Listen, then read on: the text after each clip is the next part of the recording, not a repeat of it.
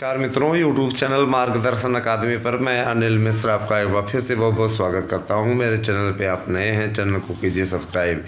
यही एकमात्र ऐसा चैनल है जो आपकी उम्मीदों के लिए एक किरण बनाए हुए है। मुलाकात का कार्यक्रम था, मुलाकात हो चुकी है और बहुत विस्तृत अपडेट के साथ आपके समक्ष हम उपस्थित हैं।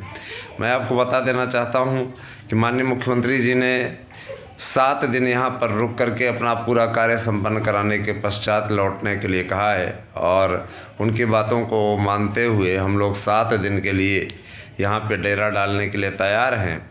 आपके सारे मुद्दे को सुलझा करके हम लोग वापस लौटेंगे।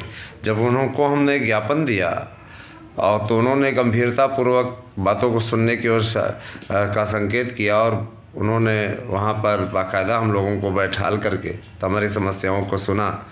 हमने उनसे पहला मुद्दा विज्ञापन का उठाया। पहला मुद्दा उनके सामने हमने विज्ञापन का उठाया। कतिपय लोग ऐसे हैं जो विरोधी हैं चैनल के, जो कि आकर के ऐसे वैसे कमेंट करते रहते हैं, बरगला रहे हैं, ये कर रहे हैं, वो कर रहे हैं ना। तो बरगलाना उनका काम है जिनके पास कोई काम नहीं है ना। और जिनके पास काम है, जिनके पास समय नहीं है, उनको न तो बरगलाने की किसी को आवश्यकता है और न कुछ करने की। आपका जनहित का कार्य है, जनहित का कार्य होगा, ठीक है। उन्होंने पूछा कि आप क्या करते हैं, तो हमने बताया सर हम आपके कर्मचारी हैं। निश्चित रूप से इस तो उन्होंने कहा अच्छी बात है, इसका मतलब है आप हिंदी पढ़ाते हैं, संस्कृत भी जानते हैं। हम कहे सर संस्कृत भी पढ़ाते हैं। निश्चित रूप से जो हिंदी जानता है संस्कृत तो ऑलरेडी उसको मालूम ही है। हमने कहा सर पहला मुद्दा हमारा ये है, एक एक मुद्दा का एक लोग बता दो, अगर सिस्टमेटिक ढंग से बता सको। हम कहे सर बिल्कुल सिस्टमेटिक ढंग से एक एक। हम कहे सबसे बड़ी सर बात है कि जो ये लोगों के उकसावे पे कुछ लोग टीचर का मुखौटा ओढ़े हुए हैं और उन्होंने जिस प्रकार से आगजनी करवाई, हाँ, और जिस प्रकार की बातें हुई। हमने प्रयागराज की घटना का उल्लेख सबसे पहले किया कि अब सर ऐसी पुलिस पे कार्रवाई होनी चाहिए जो वहाँ पे निर्दोष छात्रों को घुस करके मारते हैं। उन्होंने कहा कि इसके लिए कमेटी बना दी गई है और कमेटी की रिपोर्ट के आधार पे उनको पर कार्रवाई होगी, कड़ी कार्रवाई। हमने कहा सर ये आपकी छवि खराब करने का एक सुनियोजित षड्यंत्र है। तो उन्होंने कहा कि ये सब हम सब जानते हैं, आप अपने काम वाली बात करिए कि आप किस उद्देश्य से आए हुए हैं। हमने कहा सर हम सभी लोग इस उद्देश्य से आए हुए हैं कि पहली बात आपने कहा था कि 27,000 शिक्षकों की भर्ती का विज्ञापन आएगा, तो क्या कोई दिक्कत है क्या? हमने तो कह दिया था कि 27,000 के विज्ञापन आएगा, इतना पद हमारे पास में खाली है। तो हमने कहा सर अभी तक जारी नहीं किया गया है और अधियाचन मिल चुका था, इसके बाद भी नहीं जारी कर पाए और बोल रहे हैं अब चुनावी आचार संहिता लग गई, न मना कर रहे हैं और न दे रहे हैं। उन्होंने कहा इस पे फ़ौरन सेक्रेटरी महोदय से उन्होंने कहा इस पे तत्काल कार्रवाई की जाए, ठीक है। तो सचिव महोदय ने उस बात को नोट कर लिया और उन्होंने कहा कि दूसरा मुद्दा क्या है। तो दूसरा मुद्दा हमने कहा सर 69,000 में आरक्षण वाली प्रणाली जो सिस्टम था क्या उसको भी हल किया जा चुका है। उसके लिए भी काउंसलिंग का आदेश बहुत जल्दी जारी होगा, ठीक है। इसके बाद फिर हमने मुद्दा उठाया सामाजिक विज्ञान में समाजशास्त्र और शिक्षा शास्त्र को जोड़ने का। उन्होंने कहा कि इस पर भी कार्रवाई की जा चुकी है, ठीक है। सचिव महोदय ने कहा कि इस पर कार्रवाई की जा चुकी है, किसी प्रकार की चिंता की बात नहीं है, मौखिक रूप से जोड़ लिया गया है। तो सरकार वो जो चयन बोर्ड है वो धीरे धीरे चयन बोर्ड और लोक सेवा आयोग सब संशोधन करके शामिल कर लेगा, वो बंदिक रूप से शामिल हैं। ये भी मुद्दा सुलझ गया। इसके अलावा तीसरा मुद्दा आपका उठाया गया जो ये वेटिंग लिस्ट वाले हैं। वेटिंग लिस्ट वालों के मुद्दे को भी सुलझाने का पूरा प्रयास किया गया।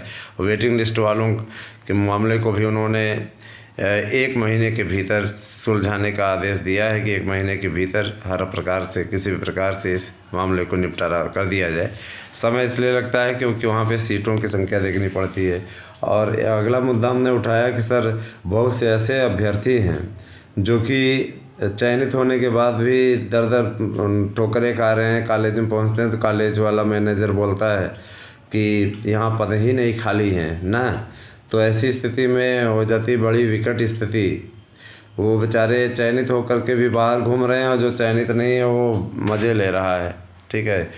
तो मेरा संकेत सीधे तौर पर तदर्थों के लिए था। तो उनका ये कहना था कि इस पे तत्काल कार्रवाई होगी। एक लेटर जारी हुआ था जिस पे स्पष्ट तौर पे कहा गया था कि अगर ज्वाइन नहीं कराते हैं तो इनके वेतन से कट करके मिलने लगेगा। तो कहे कि ऐसा कोई मामला है तो उसकी जांच कराई जाएगी। हमने 2-3 अभ्यर्थियों के लेटर भी दिखाए जिनको अपॉइंटमेंट मिला हुआ था और पद ना होने का बहाना मना करके उनको वापस भेज दिया गया।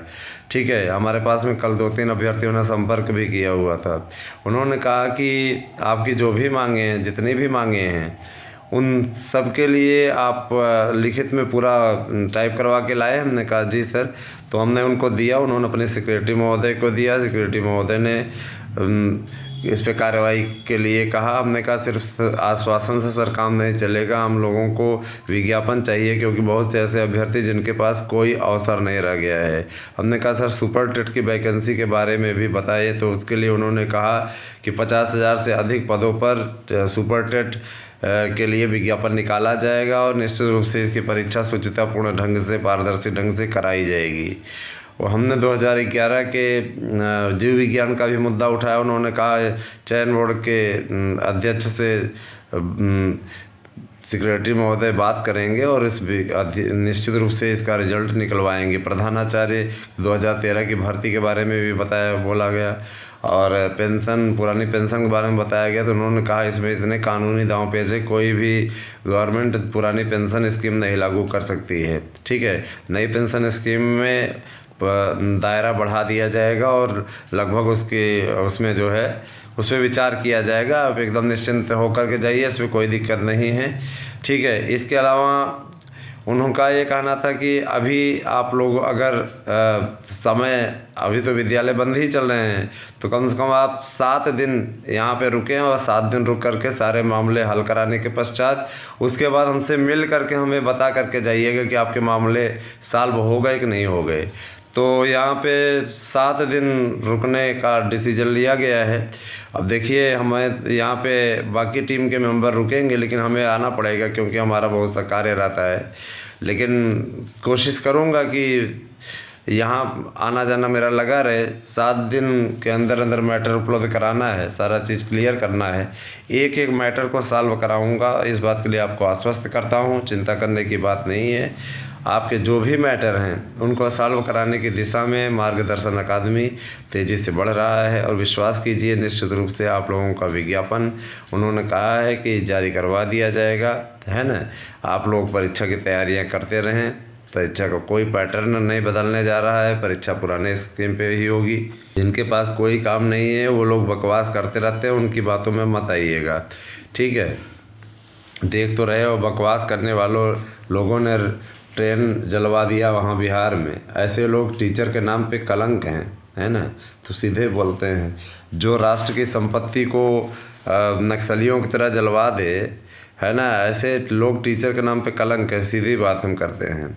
ऐसे लोगों को जो भी धाराएं बनी हुई हैं उनमें निश्चित रूप से उनको सज़ा मिलनी चाहिए। ठीक है। ऐसे लोग क्या समाज का निर्माण करेंगे। तो चलिए, आप लोग निश्चिंत रहिए। 7 दिन का प्रवास है। 7 दिन के प्रवास में आप लोगों के लिए निश्चित रूप से विज्ञापन की सौगात मिलेगी। मैं पूरा विश्वास दिलाता हूँ, आप लोगों के लिए पूरी तरीके से लगा हुआ हूँ।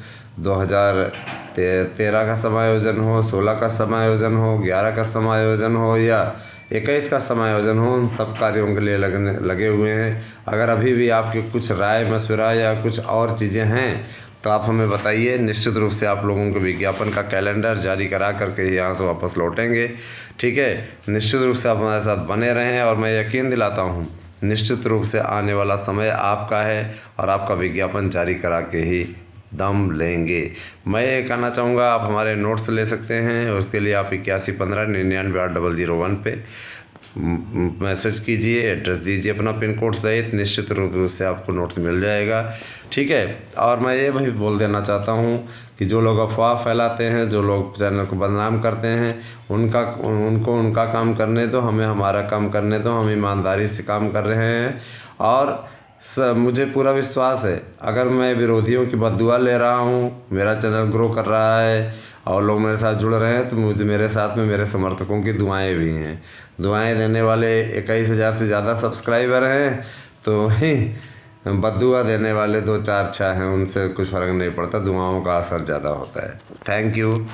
बने रहे हमारे चैनल पे, निश्चित रूप से आप लोगों को खुशखबरी मिलेगी।